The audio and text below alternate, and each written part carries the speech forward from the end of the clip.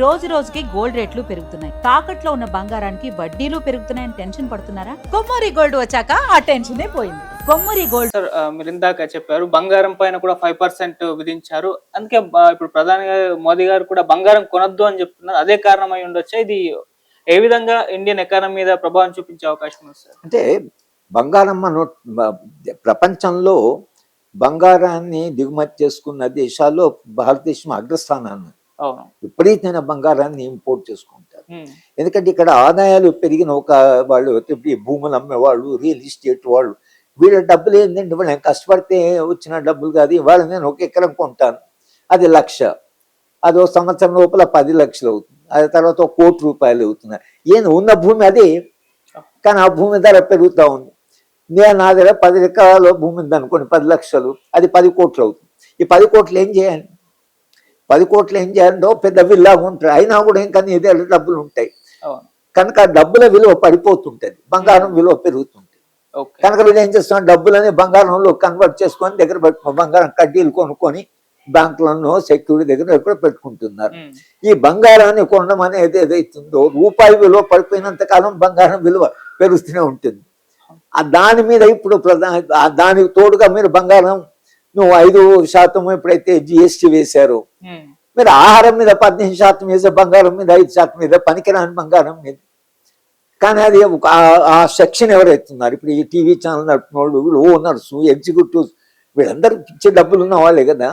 వాళ్ళందరూ ఈ పార్టీ వైపు ఉండాలంటే వాళ్ళు తమ మనీ ఏదైతుందో, తమ డబ్బుల్ని దాని ఏ రూపంలో అయినా మార్చుకునే అవకాశం వాళ్ళకు ఉండాలి.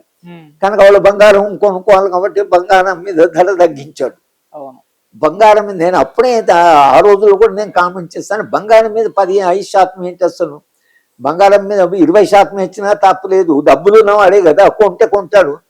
అంటే పేదవాళ్ళు కూడా తులం బంగారం కొనుక్కుంటారు, పేదవాళ్ళు పెళ్లి కొంటే నువ్వు అటువంటిప్పుడు కన్సెషన్ కింద పేదవాళ్ళకు నువ్వు ఇంకేదన్నా వేరే మార్గం చూపించాలి. పేదవాళ్ళు కొనే ఒక తులానికి పెద్దవాళ్ళు కొనేటువంటి కడ్డీలకి కిలోలో కొనేవాడికి కంపారిజన్ ఏంది? పేదవాళ్ళ విషయంలో ఒక ఆదాయం ఉన్నటువంటి విషయంలో బంగారం కొంత వాళ్ళకి పెళ్లిళ్ళ కొరకైనా, ఇంట్లో కొంత పెళ్లిళ్ళప్పుడు పెట్టే కట్నం కొరకైనా దాన్ని చెప్పి ధర మీరు నిర్ణయించకూడదు.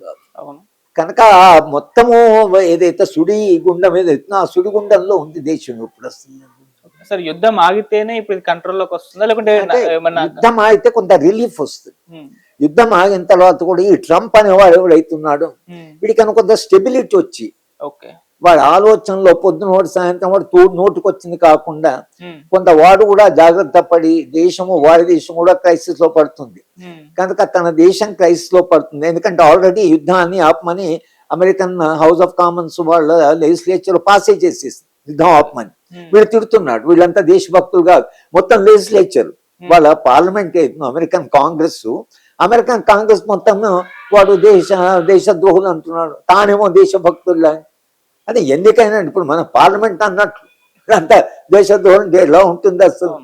కనుక వాడు ఈ ట్రంప్ అనేవాడు రైతున్నాడు, వీడి వెనక ఉండే ఆర్థిక వ్యవస్థ, అమెరికన్ ఆర్థిక వ్యవస్థ ఏదైతుందో అది ఎట్లయినా ఎంత లాభాలు ఏం చేసుకోవాలో వీడు మంచివాడు దొరికాడు వీడు ఒక్కడు అని. ఎందుకంటే వాడే రియల్ ఎస్టేట్ వ్యాపారి. మొట్టమొదటిసారిగా అమెరికా అధ్యక్షుడు డైరెక్ట్ వ్యాపారం నుంచి వచ్చినవాడు. ఆయనకు వ్యాపారం భిన్న దేశాలు ఉంది, ఆయన కుటుంబ సభ్యులందరికీ. ఇవాళ ఇరాన్ మీద యుద్ధం చేయడానికి ఒక కారణం ఏంటంటే ఆయన సొంత పిల్లలు, తర్వాత సొంత బంధువులు అక్కడ ఇరాన్లో ఇన్వెస్ట్మెంట్ ఉంది ఆయిల్. వాళ్ళకి ఏం చెప్తున్నా అంటే నేను ఇరాన్ని ఆక్యుపై చేసుకొని మీకు హ్యాండ్ ఓవర్ చేస్తాను అని పోయి, లేకపోతే ఇరాన్ మీద వీడు యుద్ధం ఎందుకు చేస్తున్నట్లు? అసలు ఇరాన్కు అమెరికాకి ఏముంది? వీడు యుద్ధం చేయడానికి చెప్పిన కారణం ఏంటి? అక్కడ వాళ్ళ దగ్గర న్యూక్లియర్ వెపన్, మా దగ్గర లేదా బాబు న్యూక్లియర్, అసలు మేము న్యూక్లియర్ మా అటువైపు పోవడం లేదు, మేము న్యూక్లియర్ బాంబులు తయారు చేయము, మాకు అవసరం లేదని వాడు చెప్తూనే ఉన్నాడు. చెప్తే ఏమంటాడు, నీ దగ్గర యురేనియం ఉంది కదా, ఆ యురేనియం డిపాజిట్ నాకు ఇవ్వు అంటే వాడి యురేనియం వీడికి ఎందుకు ఇవ్వాలి?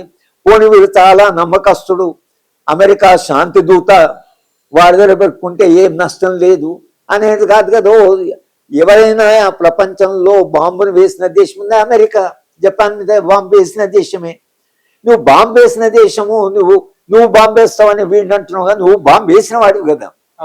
నీ దగ్గర యురేనియం డిపాజిట్ పెట్టమని అంటే అసలు ఇది అన్జస్టిఫైడ్, ఏ మాత్రమూ సమర్థనీయం కాదు. కానీ వాడు అది ఉన్నదని అక్కడ న్యూక్లియర్ బాంబు ప్రొడ్యూస్ చేస్తున్నారని ఆ బాంబును ప్రొడ్యూస్ చేయకుండా ఆయన ఆపుతాని యుద్ధం మొదలుపెట్టాడు. అసలు యుద్ధానికి వాడు చెప్పిన దానికి ఇప్పుడు వాడి సమస్య ఏంటంటే యుద్ధం మొదలుపెట్టాడు. యుద్ధం ఎందుకు మొదలుపెట్టాడో తెలియదు, వాడికే తెలియదు. పోయాడు, అటాక్ చేశాడు, వాళ్ళు గట్టిగానే నిలబడ్డారు. మనం కూడా అనుకోలేదు, నాలాంటి వాళ్ళు కూడా ఇరాన్ ఇంత నిలబడుతుందని మేము అనుకోలేదు. ఒక అమెరికా లాంటి దేశాన్ని, మొత్తం ప్రపంచం భయపడుతున్న ఒక దేశాన్ని, ఒక చిన్న దేశము 2-3 నెలలు వాడు గట్టిగా ఆపాడు. అమెరికా వాడు నెగోషియేషన్ దాకా వచ్చాడు కనుక వాడు అంత బలంగా ఉన్నాడని వీడు కూడా అనుకోలేదు. అమెరికా తప్పుడు అంచనా వేసింది. మొత్తం మీద ఇవాళ ఏంటంటే ఇరాన్ గట్టి నిలబడి నెగోషియేషన్కి వచ్చాడు. పోలా నెగోషియేషన్ అయినా సరిగా చేస్తున్నా అంటే మళ్ళీ ఏదో చెప్తాడు. నిన్న వాళ్ళ విమానం మళ్ళీ పేల్చేసి, ఎక్కడ పేల్చారు? హమాస్ దగ్గర పెంచారు. నువ్వు హమాస్ దగ్గరికి ఎందుకు పోయినట్లు? నువ్వు అక్కడ పోనే తప్పు కదా. అసలు నువ్వు ఒక ట్రీటీ నడుస్తున్నప్పుడు నువ్వు మళ్ళీ అక్కడికి ఎందుకు పోవాలి? పోతే వాడు నన్ను కూల్చాడు, మా విమానాన్ని కూల్చాడు, మా విమానం, కాబట్టి నేను మళ్ళీ యుద్ధం కొనసాగిస్తాను. నువ్వు విమానం ఎందుకు పోయిందని చెప్పాలి కదా ప్రపంచానికి. వస్తుంది అంటే ఈ ట్రంప్ అనేటువంటి ఫ్యాక్టరీ ఏదైతుందో అతని అన్ప్రెడిక్టబిలిటీ, అతను ఎట్లా ప్రవర్తిస్తాడో తెలియనటువంటి ఒక దశలో మనం ఉన్నాం. ఆ మొత్తము పరిస్థితి ఎలా మారుతుంది? అమెరికా ప్రజలు, అమెరికాలో ఉండే కోర్టులు, అమెరికాలో ఉండేటువంటి పార్లమెంట్, వాళ్ళు అమెరికన్ కాంగ్రెస్ అందరూ కూడా నిజానికి అమెరికాలోనే ప్రజాభిప్రాయం ఈయన ఫేవర్లో లేదు. అమెరికానే యుద్ధం వద్దంటున్నారు ప్రజలు, ప్రజలు యుద్ధం వద్దంటున్నారు, వాళ్ళ కాంగ్రెస్ యుద్ధం వద్దంటున్నారు. కానీ వీడు యుద్ధం చేస్తున్నాడు. అటు దేశంలో మద్దతు లేదు, ఇది అంతర్జాతీయంగా మద్దతు లేదు, అయినా చేస్తున్నాడంటే ఈయన ఒక విచిత్రమైనటువంటి వ్యక్తి అయినా అనుకోవాల్సింది తప్ప నిజంగా రాజకీయాలను మంచిగా సమగ్రంగా అర్థం చేసుకునే వ్యక్తిగా మనకు కనిపించడం లేదు. అదొక విషాదం, ప్రపంచ విషాదం అనేది. Thank you so much.